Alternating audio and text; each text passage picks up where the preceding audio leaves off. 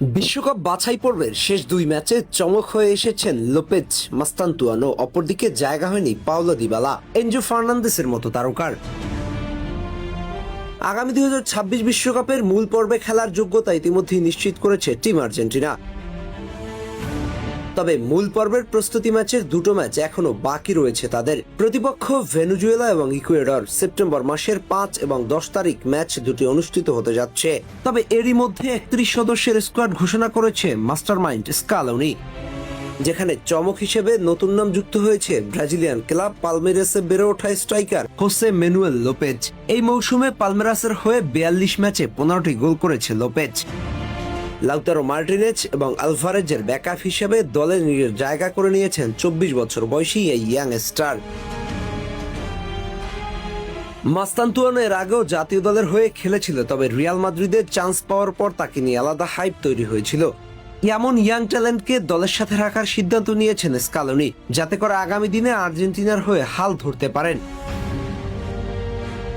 আরও দলে আছেন ম্যানচেস্টার সিটির ক্লদিও এচেভেরি, যিনি ইতিমধ্যেই নজর করা সাফল্য নিয়ে এসেছেন ক্লাবের হয়ে। তবে এর সাথে যুক্ত হয়েছে আরও কিছু নতুন নাম: Julio Soler, Alan Varela, Valentin Carboni.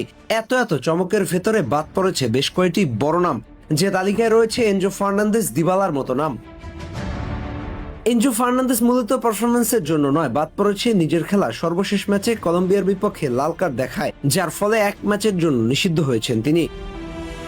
এর ফলে মধ্যমাঠে নতুন কারো শক্তি পরখ করতে তাকে স্কোয়াডে না রাখার সিদ্ধান্ত নিয়েছেন স্কালোনি।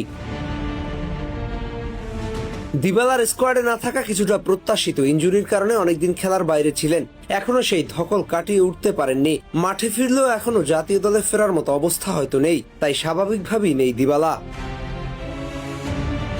সবকিছু মিলিয়ে কেমন হলো আর্জেন্টিনার squad? Lionel Messi, Almada, Lautaro Martinez, আলভারেজদের সঙ্গে বেশ কিছু নতুন মুখকে সুযোগ করে দিয়েছেন আর্জেন্টাইন মাস্টারমাইন্ড স্কালোনি। হয়তো ব্যাকআপ অপশন হিসেবে আগামী দিনের জন্য চিন্তা করে রেডি করতে এমন সিদ্ধান্ত। বিশ্বকাপের মূল পর্বে কি এই স্কোয়াড বহাল থাকবে, নাকি বাদ পড়া একাদশ থেকে ফিরে আসতে পারবেন দিবালার মতো খেলোয়াড়? আর্জেন্টিনার জাতীয় দলে কি দিবালার মতো খেলোয়াড়দের প্রয়োজন আছে? আপনার কি মনে হয়? আহমেদ হাসনাইন খান, টিম স্পোর্টস।